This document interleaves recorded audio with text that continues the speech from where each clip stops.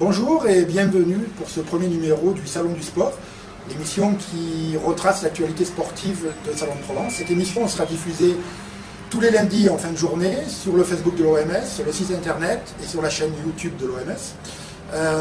Il y aura plusieurs catégories, donc une première catégorie qui retracera les résultats du week-end écoulé. Nous aurons également un zoom sur les manifestations du week-end à venir. Et puis, dans chacun de ces numéros du Salon du Sport, la mise en avant d'une association sportive salonnaise ou un invité. Donc à tout seigneur, tout honneur. Pour ce premier numéro, il était symboliquement important pour nous de recevoir Patrick de Taxi du Pouette, qui est donc adjoint au maire, délégué au sport et aux manifestations sportives. Donc je te remercie vivement de ta présence. Merci Monsieur le Président de l'OMS. Donc la politique sportive de la ville de Salon se dessine suivant 6 axes. Un qui sera donc de renforcer l'accès de nos installations sportives. Le deuxième axe sera de faire du sport et des pratiques sportives les leviers d'éducation, de prévention et de santé en relation avec l'OMS. Ensuite, il sera important d'accompagner et de soutenir au quotidien les projets des associations sportives, à conforter l'identité de la ville au travers d'événements locaux, mais également d'événements sportifs nationaux et internationaux. Nous aurons aussi à moderniser les équipements sportifs dans notre ville et enfin de créer une élite sportive sur Salon de Provence. Eh bien, joli programme, Patrick. Je te remercie pour ton intervention. Et maintenant, place aux résultats de ce week-end avec Christophe Martinez qui va nous les annoncer. On commence tout de suite avec le Salon Bel Air Foot qui est allé s'imposer en Coupe de France sur le terrain de Novès, 3-2 alors qu'ils étaient menés 2-0. Puis le souvenir François Blanc avec Yarnon Legros qui établit un temps de 35 minutes 16 sur le 10 km. Et dans la catégorie féminine, c'est Irène Gourban qui réussit le scratch en 41 minutes 37. Et enfin, sur les 4 jours des As en Provence, c'est Romain Campistrou du GSC Blagnac qui remporte l'épreuve.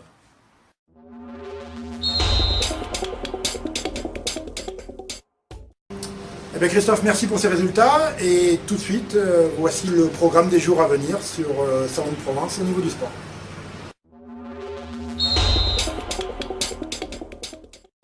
On commence donc cette semaine, mercredi après-midi, sur le stade des Canourgues avec une journée portes ouvertes organisée par le RC Salon 13. Puis le samedi, la collecte de sang à l'espace Charles Trenet.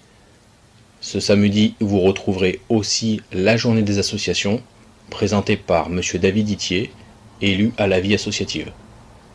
Cette première édition du Salon du Sport tombe bien, puisque samedi, c'est la journée de rentrée des associations qui aura lieu comme d'habitude sur la place Morgan.